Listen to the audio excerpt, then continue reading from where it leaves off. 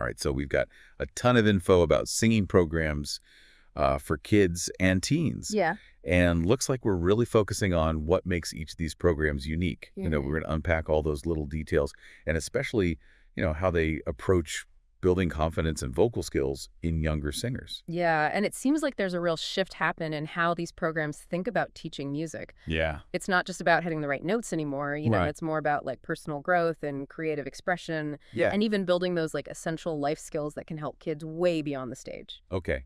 You've got my attention there. Mm-hmm.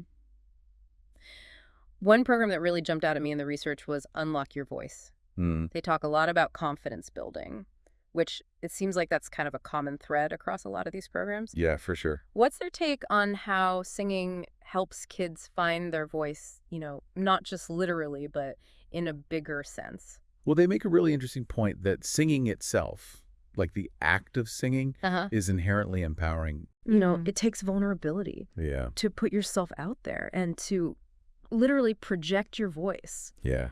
And those are skills that can really impact a young person's life in so many ways. Mm-hmm. It helps with public speaking, social interactions, even just advocating for themselves. That makes a lot of sense. Right. I remember being absolutely terrified of any kind of public speaking when I was younger. Oh, yeah. But music definitely helped me find my voice. Yeah. I can see how that'd be huge for kids. It is huge. And it's not just Unlock Your Voice. Right. Voice Academy NYC is another one. Okay. They talk about how their group classes help kids develop social skills and emotional intelligence right alongside their musical growth. So it's almost like music becomes this vehicle for personal development, not just an artistic pursuit. Yeah. Now, you mentioned there were different approaches. Yeah. We see School of Rock in the mix with their Little Wing program for preschoolers. Oh, yeah. What makes that approach unique? Well, School of Rock's Little Wing program uses this really cool play-based learning approach.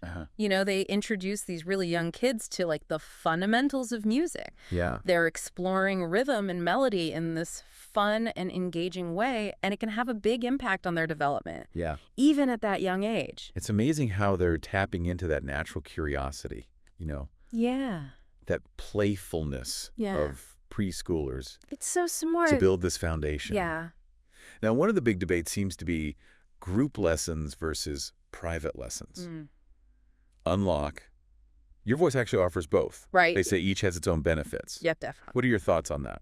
Well, group settings like the ones offered by Voice Academy NYC are amazing for collaboration skills. Yeah. Learning how to work as an ensemble, building that sense of community. But then you have private lessons, which allow for that really individualized attention. So you can really tailor the instruction to each student's strengths and weaknesses. So it's all about finding the right fit. Absolutely. For that student's personality and learning style. Are they the kind of kid that thrives in a group, or do they need that one-on-one? Exactly. Now, this is where it gets really interesting. Okay. Technology. Oh, yeah.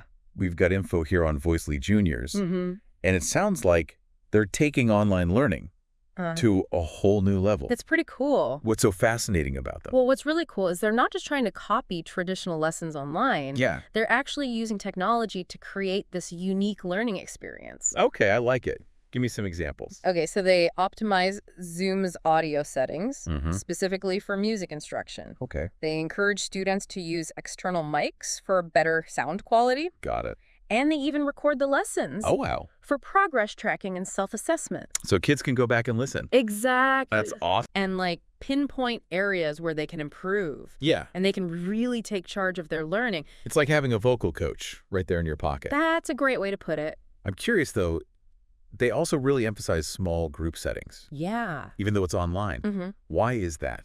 That's a key part of their approach. Right. They keep the groups small to make sure there's still interaction and collaboration and that sense of community. Yeah. Even though it's online. It's a good reminder that learning shouldn't feel isolating. It shouldn't. Especially something as personal as singing. For sure. That social connection is so important. It is. For building confidence and just fostering a love of music. Absolutely. And it's something we see in other programs too. Yeah. Voice Academy NYC really emphasizes that community aspect in their group classes. So there seems to be a real understanding that social and emotional development go hand in hand with musical growth. Yeah, 100%. And that's where the concept of emotional intelligence comes in. By expressing themselves through music. Kids are learning to connect with their emotions. Yeah. They're learning to understand and manage their feelings. Right. And they're developing empathy for others. Now, you mentioned emotional intelligence. Mm-hmm. Can you break that down for our listener? Sure. What does that actually look like in a singing program? So emotional intelligence is basically the ability to understand and manage your own emotions and the emotions of other people. Right. So in a singing program, this might mean helping kids identify and express different emotions through their singing. Okay. Or encouraging them to listen really carefully to their classmates and Yeah. teaching them ways to cope with performance anxiety or stage fright. It's like they're developing a whole emotional toolkit Yeah, along with their vocal techniques. exactly. And speaking of stage fright, Yeah, that's something so many people struggle with. it is. Not just kids. How do these programs help with that?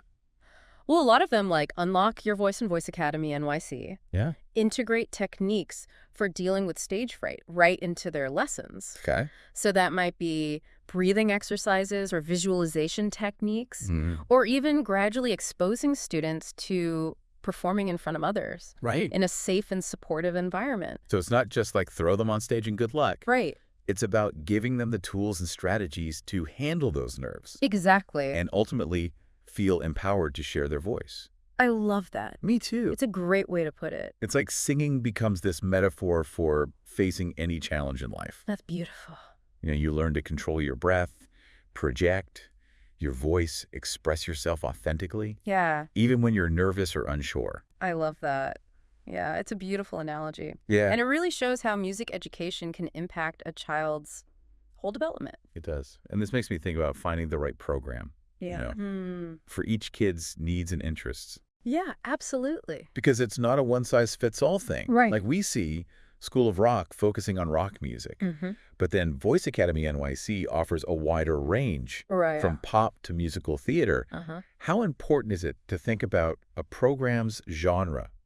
I think it can be a really big factor, Okay. especially as kids get older Yeah. and start developing their own taste in music. You know, if a kid is really passionate about a certain genre, finding a program that specializes in that can be so motivating. Yeah. It lets them connect with the music on a deeper level Right. and develop their skills in a way that feels authentic. So it's about finding that sweet spot Yeah. where passion and instruction meet. I like that. Imagine things like cost and location matter too. Of course. Practical things like that are super important. Yeah. You know, finding a program that fits your budget Right. and your location Yeah. and your schedule Yeah. is essential. Absolutely. And what about the instructors themselves? Oh, that's huge. Yeah. You want to look for instructors with a strong background in vocal pedagogy. Okay, now what is that exactly? Vocal pedagogy, it's Yeah. like the art and science of teaching singing. Oh, interesting. So you want to look for certifications, degrees, Yeah. or significant experience in vocal training. Okay. Good advice. And you want someone who's passionate about working with kids. Right. Someone who can create a really supportive and nurturing learning environment. So it's not just about technical expertise. It's not. It's about that human connection too. Exactly. And being able to inspire young singers. Yeah. And And- don't be afraid to ask for testimonials. Oh, that's a good tip. Or talk to other parents, Mhm. you know? Get that word of mouth feedback. Like doing your research before any big investment. Exactly. You want to make sure it's the right fit. Yeah, for your kid and your family.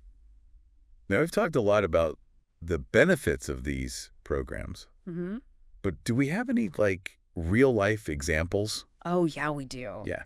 A lot of the sources we looked at included stories about how these programs have actually impacted kids. Okay, cool.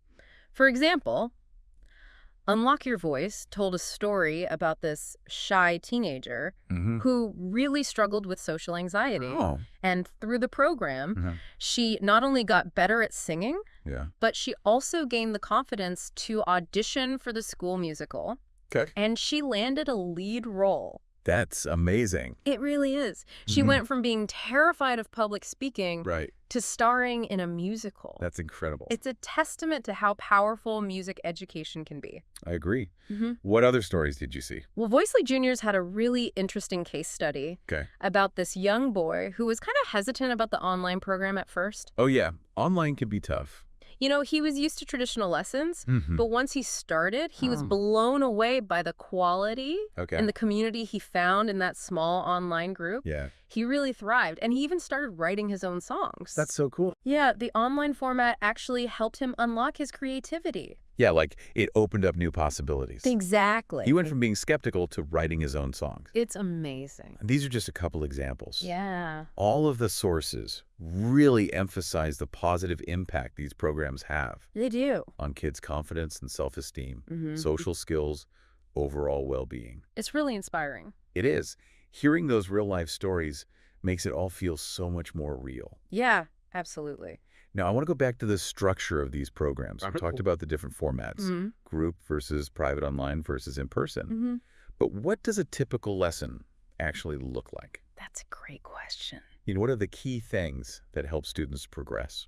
Well, it depends on the program and the student's level. Right. But there are some common elements. Okay. Usually a lesson starts with vocal warm-ups. Okay, makes sense. Those are so important for getting the voice ready. Yeah. So that might include breathing exercises, scales, vocalization. So it's like stretching before a workout. Exactly. You got to warm up those vocal cords. Right. Then the instructor will usually focus on specific techniques. Okay. Like breath control, posture diction, tone production, pitch accuracy. Got it. You know, they might work on specific songs or exercises to target those skills. So there's a real focus on building that strong technical foundation. There is. But it's not just drills and exercises. Look, good instructors will also bring in musicality and expression. Okay. You know, encourage students to connect with the music emotionally and find their own style. Yeah. They might talk about the lyrics, the composer's intentions, even the historical context. To give them a deeper understanding. Exactly. So it's a holistic approach. Yeah. Combining technique with artistry and emotion. That's a great way to put it. And I'm guessing performance opportunities are important too. Absolutely. Most programs offer chances for students to perform. Yeah. You know, to show off their skills and build confidence. Yeah. This could be recitals, concerts, even community events. Right. Performing in front of an audience is so valuable. Yeah. Yes. It helps them deal with stage fright, apply what they've learned, and share their love of music. It's like the culmination of all their hard work. It is. They get to shine. I like that. And it's not just about solo performances either. Right. A lot of programs, especially the ones with group lessons, Yeah. encourage collaboration and ensemble singing. Okay. This teaches them how to blend their voices, Right. listen to each other, and work together to create a unified sound. So they're developing teamwork and communication skills. Exactly, which are so important no matter what you do in life. Right. And it also creates that sense of community, Yeah. which can be so important for young people. Especially if they're feeling unsure of themselves. Absolutely. It's like they're finding their people. Yeah, their tribe. The people who share their passion and support their journey. It's beautiful to see. It is. And it reminds us that music education is about so much more than just hitting the right notes. It really is. It's about building confidence, developing social and emotional skills, fostering a love of learning and creativity. Exactly. So as we wrap up this section on the structure of these programs, Okay. what's the one key takeaway you want our listener to remember? I'd say the most effective programs are the ones that balance technical instruction with personal development. Okay. You know, create that supportive and inspiring environment where kids can really thrive, both musically and emotionally. Yeah, it sounds like these programs are really breaking the mold. You know, it's not your grandma's voice lessons anymore. Right. They're creating this space for kids to grow as people. Exactly. It's holistic. Yeah, and that's what's so cool about this whole topic. It is. You know, it shows how music education can be truly transformative. Absolutely. So before we wrap up this deep dive, I got to ask what really stood out to you in all of this. That's a good question. Was there like a particular program or element that just clicked? You know, honestly, it's that focus on emotional intelligence that I find so fascinating. It's not just about technique, it's about expression. Yeah. Understanding how to communicate through music and how that can boost a child's confidence. Yeah, it's like singing becomes this language for emotions. Yes. You know, a way to say things you might not be able to with words. It's powerful. It is. So for our listener out there who's maybe thinking about singing lessons for their kid or even for themselves, what advice would you give them? I'd say don't be afraid to explore. Okay. There are so many amazing programs out there, each one with a different approach. Yeah. So do your research, visit studios, talk to teachers, trust your gut. I like that. Trust your gut. You know what feels right? Yeah. What sparks joy? What brings the excitement? That's where the magic happens. I love that. Follow that spark, that musical intuition. Yeah. It's all about finding the right fit. It is. For your own needs and goals. Absolutely. And whether you're a seasoned pro or just starting out, discovering your voice is so rewarding. It is. It's a journey of self-discovery and creativity. That's beautiful. And connecting with the power of music. What a perfect note to end on. Thanks for joining me on this deep dive. My pleasure. It's been awesome exploring this world with you. Me too. Keep singing, everyone.